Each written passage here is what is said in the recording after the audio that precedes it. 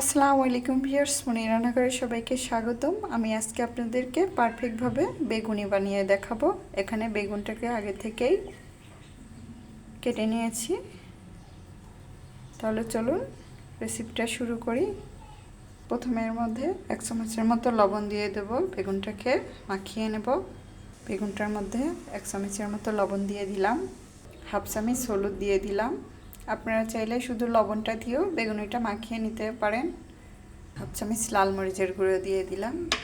এখন বেগুনটাকে ভালোভাবে মেখে নেব। বেগুনিটা মেখে হয়ে গেছে।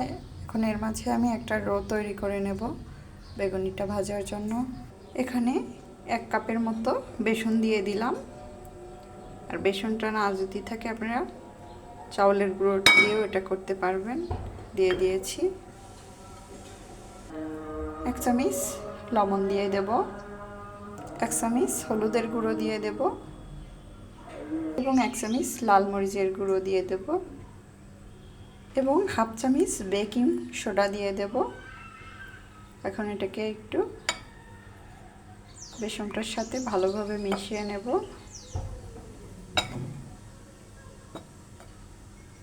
দেখুন, আর অবশ্যই আপনারা বাসায় এইভাবে এই বেগুনিটা করে দেখবেন, খেতে অনেক ভালো লাগবে।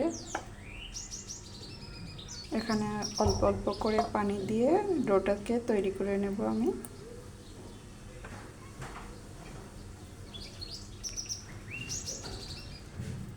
একটু ঘন টাইপের করে নেব, বেশি ঘনও করব না, মিডিয়াম, বেশি পাতলা করব না।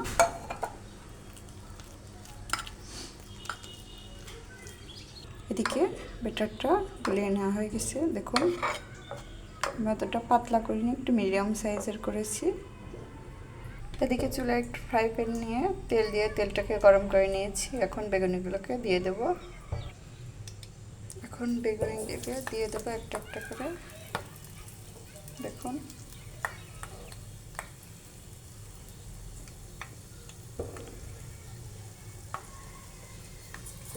কিছু সময় ভালোভাবে ভেজে নেব বেগুনিটাকে। এখন আমি উল্টিয়ে দেব। উল্টে দিয়েছি, দেখুন কত সুন্দর হয়েছে। আর অবশ্যই আপনারা বাসায় এইভাবেই এই বেগুনিটা করবেন, খেতে অনেক ভালো লাগে। যেহেতু রমজান মাস, ইফতারের জন্য। এদিকে আমার বেগুনিটা ভেজে নেওয়া হয়ে গেছে। এখন এটাকে আমি নামিয়ে নেব। দেখুন, নামিয়ে নিয়ে তেলটাকে ঝরিয়ে নেব। এদিকে বেগুনগুলোকে নামিয়ে নিয়েছি। দেখুন কত সুন্দর পারফেক্ট হয়েছে। আর আপনারা এভাবে বাসায় ট্রাই করে দেখবেন। আমার এই রেসিপিটা যদি আপনার কাছে ভালো লেগে থাকে তাহলে একটা লাইক কমেন্ট, একটু ভিডিওটা শেয়ার করে দিবেন। সবাই ভালো থাকবেন, সুস্থ থাকবেন। আল্লাহ হাফিজ।